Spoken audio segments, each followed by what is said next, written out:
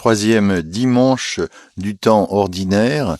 Cette présentation des dimanches est faite a pour but de faire connaître ce propre de la messe qui est souvent négligé, ignoré par les animateurs, mais il fait partie intégrante de chaque messe. Le premier mot de l'introït ou chant d'entrée donne le nom du dimanche en question. Il faut bien se mettre à travailler ces prières qui sont très riches de signification et d'aide dans la vie spirituelle. Il faut soit les lire, soit les psalmodier, ou apprendre le grégorien qui a été créé pour elles. Cela enrichira considérablement la beauté de la liturgie. Nous savons que le chant grégorien qui est recommandé par le Concile est un élément essentiel dans la liturgie catholique et a toute sa place dans les offices en paroisse. Il est considéré comme le chant propre de l'Église romaine. Ce chant monodique, souvent chanté a cappella, une seule voix, ou accompagné à l'orgue, est conçu pour élever les âmes vers Dieu et créer une atmosphère de prière collective. Alors aujourd'hui, nous avons ce dimanche qui s'appelle Adorate Deum. Adorez Dieu, vous tous ses anges. Sion a entendu et s'est réjoui, et les filles de Juda ont été transportées d'allégresse. Le Seigneur règne, que la terre soit transportée d'allégresse, que la multitude des îles soit dans la joie, gloire au Père et au Fils et au Saint-Esprit. Adorate Deum, omnes angeli eius, audivit et letata ex Sion, et exultaverunt filii sue. Dominus regnavit, exultet terra, letantur insulae mutte.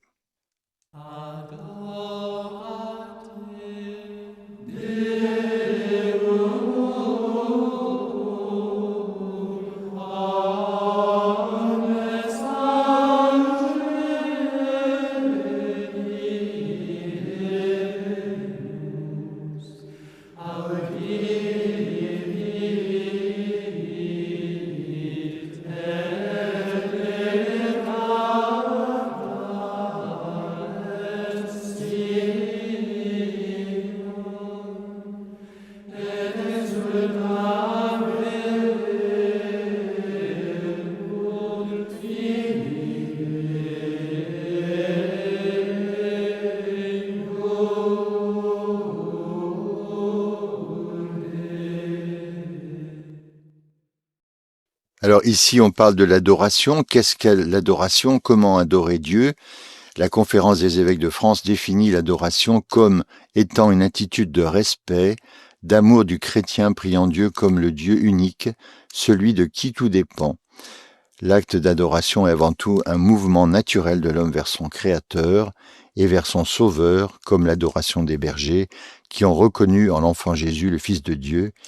Il existe différentes façons de pratiquer l'adoration, par la louange, l'adoration eucharistique, à la messe, durant la consécration, ou après la communion, ou lors de temps spécifiques.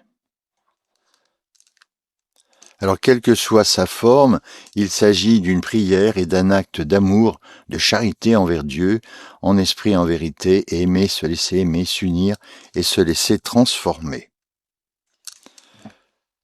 Cet introït est tiré du psaume 96, Dominus regnavit, le Seigneur est roi, dont nous retrouverons le début de l'Alléluia.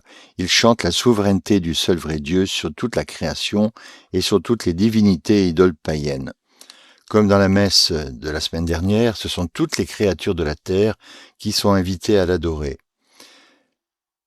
Sion, c'est-à-dire Jérusalem, la fille de Juda, c'est-à-dire toutes les cités d'Israël, c'est le peuple élu et c'est toujours la figure de l'Église. Qu'a-t-elle donc entendu qui la mette ainsi dans la joie? C'est la proclamation de cette souveraineté universelle de Dieu.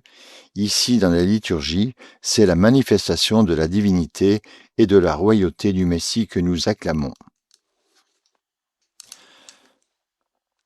Alors, le psaume graduel, qui n'est pas le psaume responsorial, mais qui peut être donc chanté et lu, c'est Timebunt gentes, Timebunt gentes nomen tuum, domine et omnes reges terre gloriam tuam, coniam edificavit Dominus Sion, et videbitur in majestate sua. Les nations craindront ton nom, Seigneur, et tous les rois de la terre ta gloire, car le Seigneur a bâti la cité de Sion, et il s'y fera voir dans sa majesté. Ce chant du graduel est tiré du psaume 101, qui est dans son ensemble une grande supplication douloureuse du peuple d'Israël en but aux persécutions de ses ennemis, emmenés en captivité loin de la ville sainte de Jérusalem et du temple détruit. Mais il contient aussi une partie pleine d'espérance, prophétisant la victoire du Seigneur sur ses ennemis et la reconstruction du temple. On retrouve ici Sion déjà mentionné dans le chant d'entrée, la cité sainte de Jérusalem une fois encore, figure de l'Église, dont Isaïe déjà le jour de l'Épiphanie avait annoncé le triomphe et la gloire, quand tous les peuples et les rois de la terre, qu'ils le veuillent ou non, devront se soumettre au règne du Christ roi. Troisième pièce de ce dimanche, l'Alléluia Dominus regnavit exultet.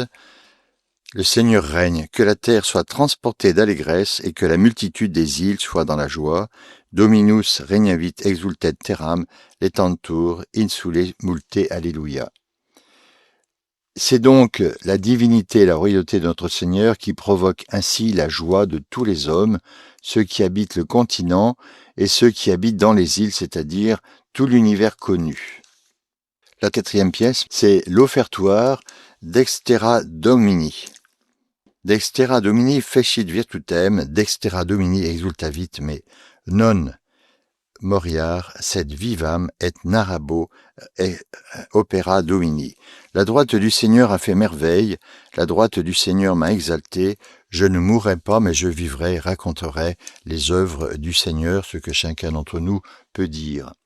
La droite du Seigneur a donc exercé sa puissance. On va retrouver ce chant pendant la Semaine Sainte, et il sera alors placé dans la bouche du Christ. D'ailleurs, le psaume 117, d'où il est tiré, est par excellence un psaume pascal qui est largement utilisé dans la liturgie de Pâques. C'est un des grands psaumes qui commence par louer le Seigneur car il est bon, car sa miséricorde est éternelle, comme celui que nous avons trouvé au graduel de la semaine dernière. Et encore ici, c'est l'œuvre de la rédemption par laquelle l'âme fidèle remercie et glorifie le Seigneur. Cette action de grâce se termine, comme celle de l'offertoire de dimanche dernier, avec le même beau narrabo, je raconterai tout ce que le Seigneur a fait pour moi, donc un témoignage que nous pouvons avoir envers nos frères et envers ceux qui ne croient pas. Mais la mélodie est très différente de celle du dimanche dernier, qui était exceptionnelle en grégorien pour son ampleur et son enthousiasme. Le « je ne mourrai pas », bien c'est l'espérance chrétienne, que nous ne mourrons pas mais que nous ressusciterons. Alors, la dernière pièce, c'est Mirabantur, c'est le texte de la communion qui dit la chose suivante, Mirabantur omnes deis, que procedant deore dei, tous étaient dans l'admiration de ce qui sortait de la bouche de Dieu, d'après saint Luc au chapitre 4. Le texte de cette communion du 13e dimanche est un passage de l'évangile, mais il ne s'agit pas de l'évangile du jour, il est donc ici pris de saint Luc. Bien entendu, saint Luc n'a pas écrit de la bouche de Dieu, mais simplement de sa bouche, celle du fils de Joseph, qui venait de prendre la parole pour la première fois dans la synagogue de Nazareth, laissant entendre nettement, après avoir lu un passage d'Isaïe, que le Messie annoncé par le prophète, c'était lui. On comprend évidemment la stupéfaction des auditeurs. La liturgie a modifié ce texte pour affirmer en ce temps que nous croyons à la divinité de Jésus, mais nous savons qu'il est Dieu. Nos sentiments ne sont plus de stupéfaction, comme ceux des habitants de Nazareth, mais d'admiration, d'adoration et de louange. Et c'est ce qu'exprime cette mélodie grégorienne de cette toute petite antienne qui, bien que courte, est très ornée, chargée de noms et de grandes significations spirituelles. Deo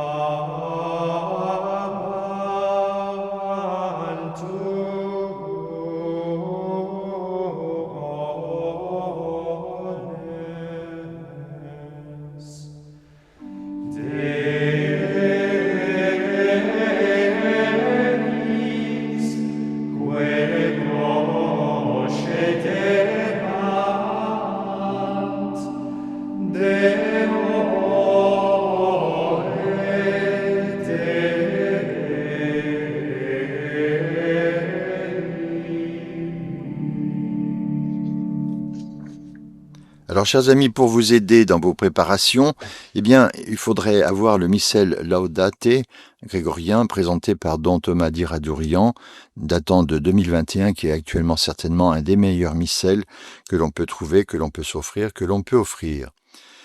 Ensuite, vous avez le chant Noté de l'Assemblée qui a été approuvé par la Conférence des évêques de France en 2001, un ouvrage remarquable. Vous avez aussi le Graduel romain avec l'orgue par l'année Ferdinand Portier aux éditions de Solesmes. Et vous avez aussi le paroissien romain qui va avec, contenant la messe, l'office pour les dimanches, c'est le numéro 800. Nous avons aussi en français les chants pour la liturgie en français d'Arnaud Perruta, Dimanche et fête de 2018, un ouvrage peu connu mais qui mérite d'être vraiment utilisé par les paroisses. Le Magnificat Dominum, le chant de toute l'année liturgique pour les fidèles et les chorales, chez Association Sacra Musica, qui est intéressant parce qu'il y a de la polyphonie et il peut servir donc pour les chorales, pour chanter la polyphonie, puis il y a aussi toutes les messes grégoriennes. On se donne donc rendez-vous la semaine prochaine. Bonne préparation à vous pour ce 3e dimanche dans l'année. Que le nom du Seigneur soit béni. Au nom du Père et du Fils et du Saint-Esprit. Amen.